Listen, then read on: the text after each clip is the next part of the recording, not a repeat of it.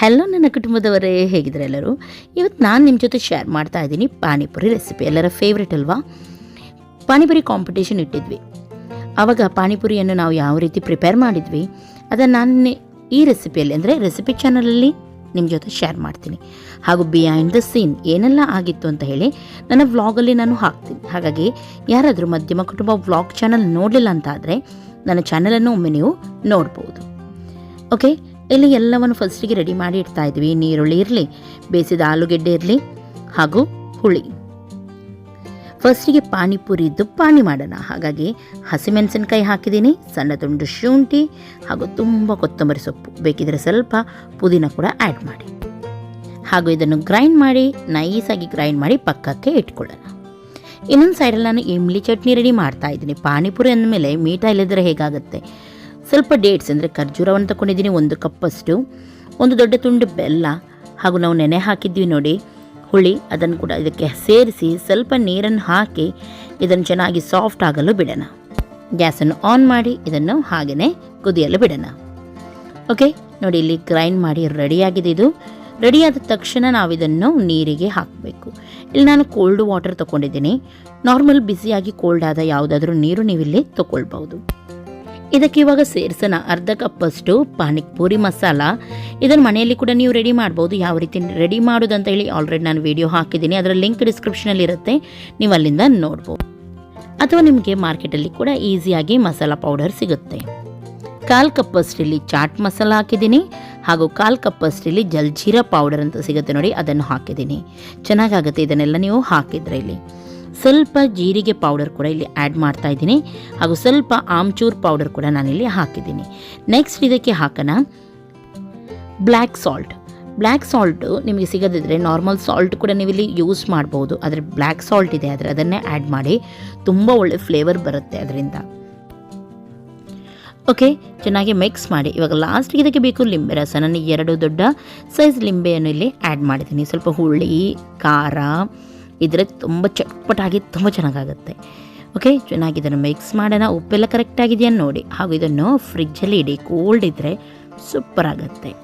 ಇನ್ನೊಂದು ಸೈಡಲ್ಲಿ ನಾವು ಡೇಟ್ಸ್ ಎಲ್ಲ ಹಾಕಿ ಖರ್ಜೂರ ಎಲ್ಲ ಹಾಕಿ ಬೇಯಿಸ್ಲಿಕ್ಕೆ ಇಟ್ಟಿದ್ವಿ ನೋಡಿ, ಅದು ಇವಾಗ ನೋಡಿ ರೆಡಿ ಆಗಿದೆ. ಚೆನ್ನಾಗಿ ಸಾಫ್ಟ್ ಆಗಿದೆ. ಈ ರೀತಿ ಬರಬೇಕು ಪೇಸ್ಟ್.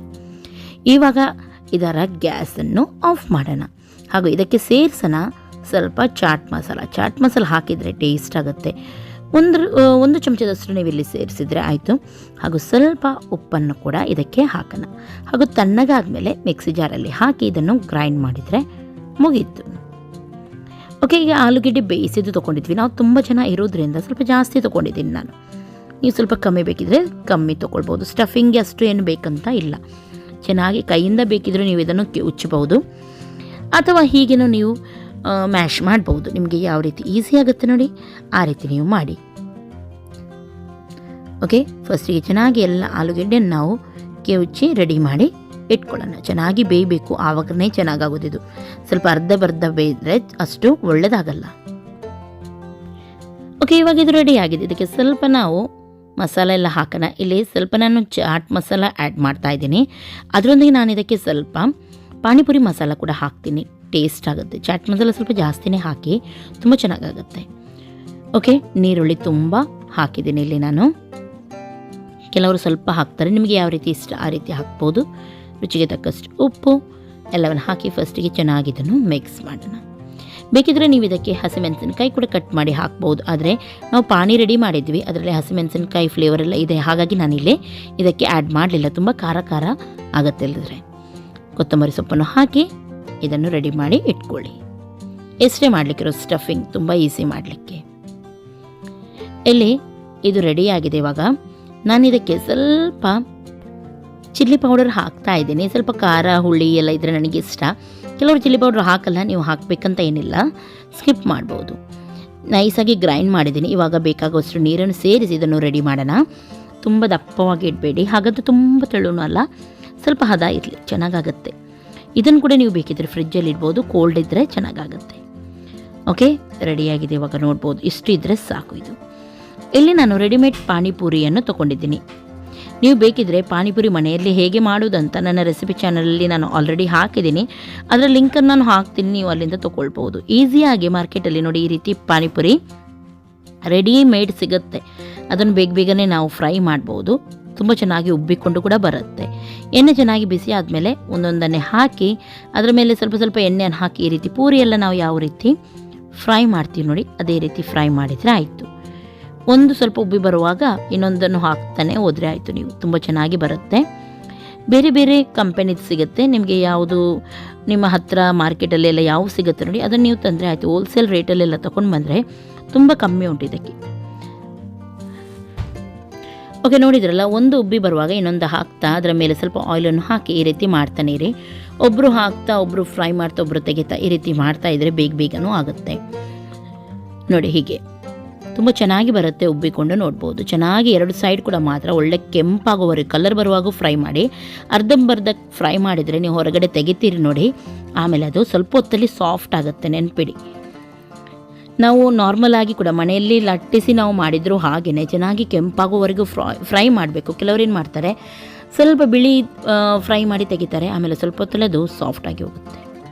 ಇವಾಗ ನೋಡಿ ಇಲ್ಲಿ ರೆಡಿಯಾಗಿದೆ. ಈ ರೀತಿ ಕಲರ್ ಬರುವವರೆಗೂ ಚೆನ್ನಾಗಿ ನಾವು ಫ್ರೈ ಮಾಡಿದರೆ ತುಂಬ ಒಳ್ಳೆ ರೀತಿ ಬರುತ್ತೆ ಇದು. ಓಕೆ, ನೋಡಿದ್ರಲ್ಲ, ಪೂರಿ ರೆಡಿ ಆಯಿತು, ಸ್ಟಫಿಂಗ್ ಎಲ್ಲನೂ ರೆಡಿಯಾಗಿದೆ. ಇನ್ನು ನಾವು ಕಾಂಪಿಟೇಷನ್ ಮಾಡಲಿಕ್ಕೆ ಉಂಟು. ಹಾಗಾಗಿ ಇದರ ಏನಾದರೂ ನಿಮಗೆ ನೋಡಲಿಕ್ಕಿದೆ, ಅದರ ಮುಂದೆ ಏನಾಯ್ತು ಅಂತ ನನ್ನ ವ್ಲಾಗ್ ಚಾನಲ್ಲು ಖಂಡಿತವಾಗ್ಲೂ ನೋಡಿ. ಇವತ್ತಿನ ಈ ರೆಸಿಪಿ ನಿಮಗೆ ಇಷ್ಟ ಆಯ್ತು ಅಂತಾದರೆ ಇವಾಗಲೇ ಲೈಕ್ ಮಾಡಿ. ಒಂದು ಪೂರಿ ಕ್ರಿಸ್ಪಿಯಾಗಿ ತುಂಬ ಚೆನ್ನಾಗಿ ಬರುತ್ತೆ ಹಾಗೂ ತುಂಬ ದಿನ ಕೂಡ ಬರುತ್ತೆ. ಬೇಕಿದ್ರೆ ನೀವು ಒಂದು ಡಬ್ಬದಲ್ಲಿ ಹಾಕಿಟ್ರೆ. ಓಕೆ, ಇನ್ನು ನಾವು ನಮ್ಮ ಕಾಂಪಿಟೇಷನ್ ಕೂಡ ಸ್ಟಾರ್ಟ್ ಮಾಡ್ತೀವಿ ಹಾಗೂ ಎಲ್ಲರೂ ಫ್ಯಾಮಿಲಿಯೊಂದಿಗೆ ಸೇರಿ ಎಂಜಾಯ್ ಮಾಡ್ತೀವಿ. ನೀವು ಕೂಡ ಮನೆಯಲ್ಲಿ ಇದನ್ನು ಮಾಡಿ ಹಾಗೂ ಎಂಜಾಯ್ ಮಾಡಿ. ಡಿ ಮಾರ್ಟಲ್ಲಿ ನಿಮಗೆ ಪೂರಿದ್ದು ಸಿಗುತ್ತೆ. ನಾನು ಅವತ್ತು ಹೋಗಿದ್ದೆ ಡಿ ಮಾರ್ಟಿಗೆ, ಅಲ್ಲಿ ನಾನು ನೋಡಿದ್ದೆ ನಿಮಗೆ ರೆಡಿಮೇಡ್ ಪೂರಿಯಲ್ಲಿ ಇತ್ತು, ಪಾನಿಪುರಿದ್ದು ತುಂಬ ಕಮ್ಮಿ ಕೂಡ ಇತ್ತು ರೇಟ್. ನೀವು ಅಲ್ಲಿಂದ ಯಾರಿಗಾದರೂ ಸಿಗದಿದ್ದರೆ ತೊಗೊಂಡು ಬರ್ಬೋದು. ಇವಾಗ ಎಲ್ಲ ಮಾಲೆಲ್ಲ ಓಪನ್ ಆಗಿದೆ. ಮಾರ್ಕೆಟಲ್ಲಿ, ಸೂಪರ್ ಮಾರ್ಕೆಟಲ್ಲಿ ಇರುತ್ತೆ ನೋಡಿ, ಅದರಲ್ಲಿ ಕೂಡ ಇವಾಗ ಈಸಿಯಾಗಿ ಸಿಗುತ್ತೆ. ಓಕೆ, ಇವತ್ತಿನ ಈ ರೆಸಿಪಿ ಲೈಕ್ ಆದರೆ ಲೈಕ್ ಮಾಡಿ, ಶೇರ್ ಮಾಡಿ, ಸಬ್ಸ್ಕ್ರೈಬ್ ಮಾಡಿ.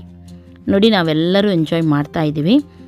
ಈ ಟೈಮಲ್ಲಿ ಪಾನಿಪುರಿ ತಿನ್ನೋದು ತುಂಬ ಇಷ್ಟ. ಯಾರಿಗೆ ಇಷ್ಟ ಅಲ್ಲ, ಸಂಜೆ ಆಗುವಾಗ ಪಾನಿಪುರಿ ತಿನ್ನೋಣ ಅಂತೇಳಿ ಎಲ್ಲರಿಗೂ ಕೂಡ ಇಷ್ಟ ಆಗುತ್ತೆ. ಹಾಗಾಗಿ ಟ್ರೈ ಮಾಡಿ ಆದಮೇಲೆ ಕಮೆಂಟ್ ಮಾಡೋದನ್ನು ಮಾತ್ರ ಮರಿಬೇಡಿ. ನನ್ನ ಫೇಸ್ಬುಕ್ ಪೇಜ್ ಇದೆ, ಇದೇ ಹೆಸರಲ್ಲಿ, ಅಂದರೆ ಮಧ್ಯಮ ಕುಟುಂಬ ರೆಸಿಪೀಸ್ ಅಂತ ಹೇಳಿ, ಅದನ್ನು ಕೂಡ ಫಾಲೋ ಮಾಡಿ. ನಾಳೆ ಸಿಗ್ತೀನಿ ಒಳ್ಳೆ ರೆಸಿಪಿಯೊಂದಿಗೆ. ಅಷ್ಟರವರೆಗೂ ನಿಮಗೆಲ್ಲರಿಗೂ ಟೇಕ್ ಕೇರ್, ಬಾಯ್ ಬಾಯ್.